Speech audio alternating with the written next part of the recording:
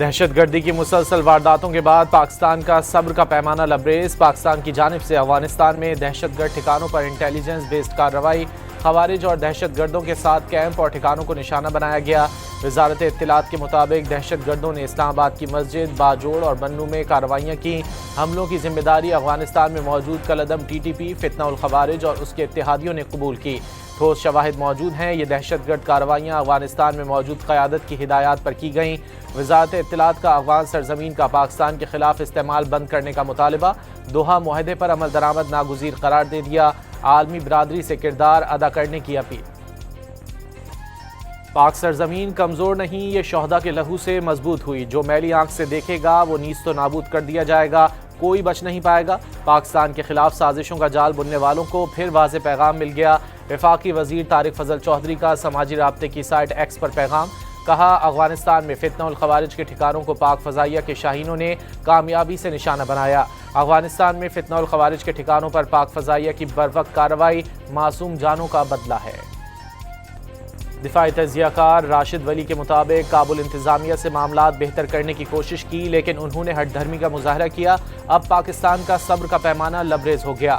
واضح کیا 2021 کے بعد دہشت گردی کے خلاف جنگ میں 3141 شہادتیں ہو چکیں۔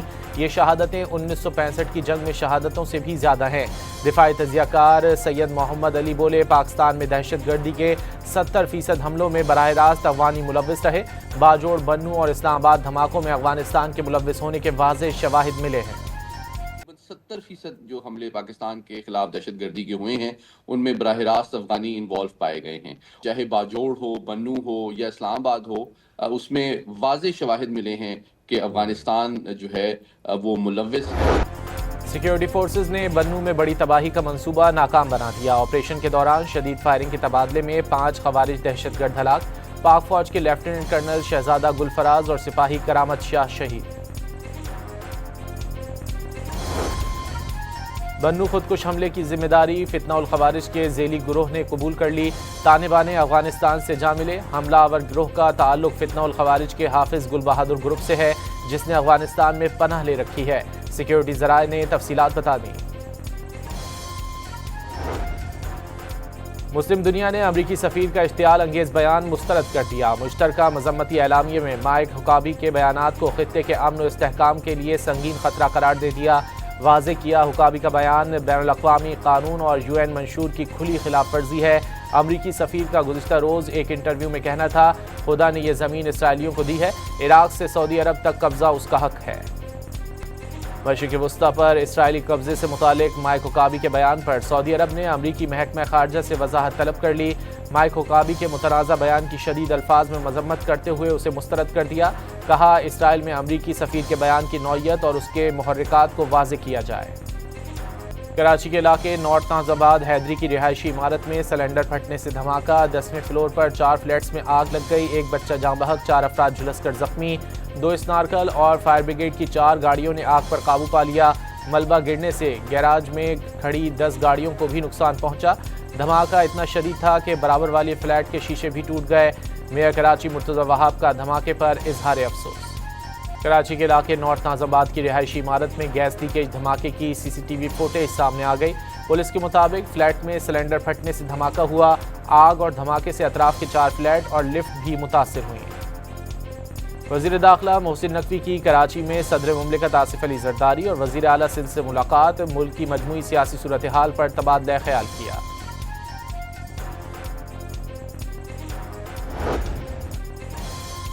پاکستان تحریک انصاف کے چیئرمین بیرسٹر گوہر نے علی امین گنڈاپور کے خلاف کارروائی کی باتیں من گھڑت قرار دے دیں۔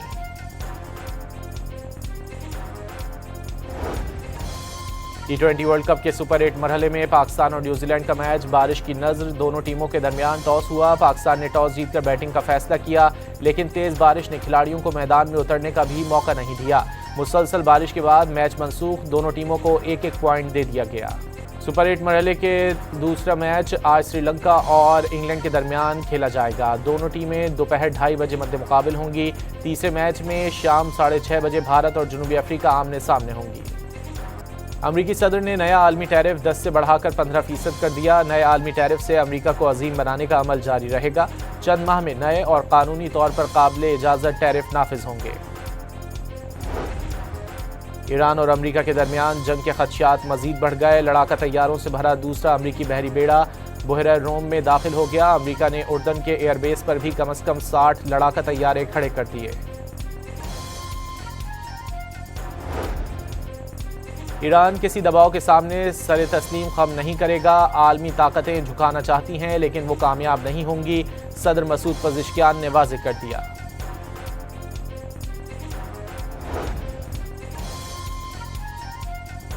امریکہ اور یورپ سمیت 58 ممالک کے 61% شہریوں نے اسرائیلی وزیر اعظم نیتن یاہو کو ناپسندیدہ ترین شخصیت قرار دے دیا۔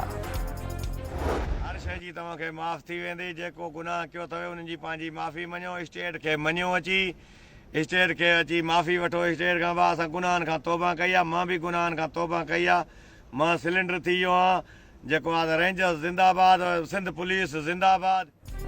سندھ پولیس کو کچے میں ڈاکوں کے خلاف آپریشن نجات میں بڑی کامیابی، گھوٹکی میں انتہائی مطلوب ڈاکو ثناء اللہ شر عرف سنو شر نے ہتھیار ڈال دیے۔ طویل عرصے سے خوف کی علامت سمجھا جانے والا سنو شر 100 سے زائد مقدمات میں مطلوب اور سر کی قیمت 1 کروڑ روپے مقرر تھی۔ راجن پور کے کچے میں مزید 13 ڈاکوؤں نے سرنڈر کر دیا۔ مجموعی طور پر اب تک 355 ڈاکو خود کو پولیس کے حوالے کر چکے۔ رحیم یار خان میں بھی کوش گینگ کے مزید 5 ڈاکوؤں نے ہتھیار ڈال دیے۔ پنجاب کے کچے میں ڈاکوؤں کے ٹھکانوں پر ڈرون سے حملے، درجنوں ٹھکانے تباہ کر دیے گئے۔ گوجرانوالا میں 5 مبینہ پولیس مقابلے، 1 ڈاکو ہلاک اور 4 زخمی حالت میں پکڑے گئے۔ پولیس کے مطابق ڈاکو اپنے ہی ساتھی کی فائرنگ سے مارا گیا۔ 50 سے زائد سنگین وارداتوں میں ریکارڈ یافتہ اور پولیس کو مطلوب تھا۔ سندھ رینجرز اور اے وی سی سی پولیس نے گلشن اقبال میں مشترکہ کارروائی کر کے مغوی تاجر کو بازیاب کرا لیا۔ آپریشن کے دوران فرار ہونے والے اغوا برائے تاوان میں ملوث 2 ملزمان کو پی آئی بی کالونی سے گرفتار کر لیا گیا۔ کوئٹہ کے مغربی بائی پاس پر پولیس اور اسٹریٹ کرمنلز میں مقابلہ، 1 ملزم مارا گیا۔ فائرنگ کے تبادلے میں اے ایس آئی سمیت 3 اہلکار زخمی ہو گئے، 3 ملزم فرار ہو گئے۔ ہلاک ملزم سے مسروقہ موٹر سائیکل اور اسلحہ برآمد کر لیا گیا۔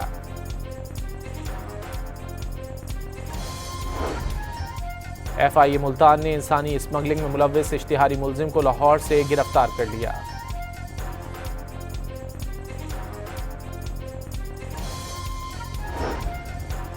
موٹر وے پولیس نے کارروائی کے دوران فیصل آباد سے چوری کی کرین برآمد کر لی، 4 ملزمان گرفتار۔ حیدرآباد میں پولیس کی ون ویلنگ کے خلاف کارروائی، 15 نوجوانوں کو حراست میں لیا گیا، 10 کو معمولی سزا کے بعد موقع پر ہی چھوڑ دیا گیا۔ ڈائریکٹر کراچی زون ایف آئی اے کا جناح انٹرنیشنل ایئرپورٹ کا دورہ، امیگریشن نظام اور آپریشنل امور کا تفصیلی جائزہ لیا۔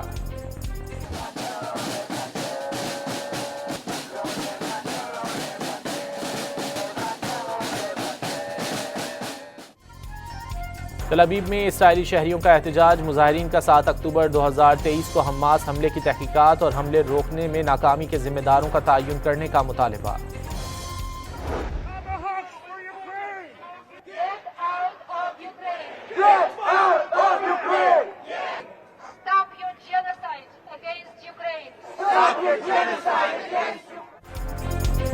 روس اور یوکرین جنگ 5ویں سال میں داخل، 4 سال مکمل ہونے پر یوکرینی شہریوں کی واشنگٹن میں ریلی، روسی سفیر کی رہائش گاہ کی جانب بھی پیش قدمی، شرکاء کے یوکرین کی حمایت اور روس مخالف نعرے۔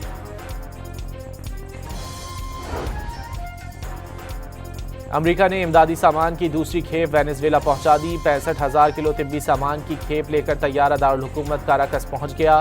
امریکی سفارتی اور مقامی حکام نے امداد وصول کی، اس سے قبل 13 فروری کو بھی ایک کھیپ پہنچائی گئی تھی۔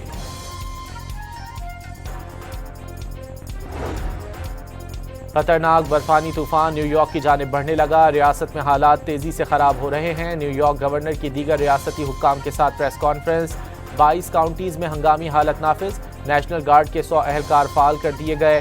رپورٹس کے مطابق طوفان میں 1.5 فٹ تک برف باری ہو سکتی ہے۔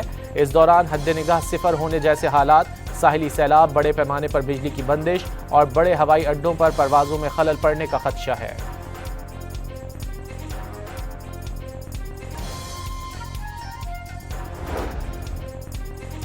روس میں دیو قامت پتلے کو نذر آتش کر کے موسم سرما کو الوداع کہا گیا۔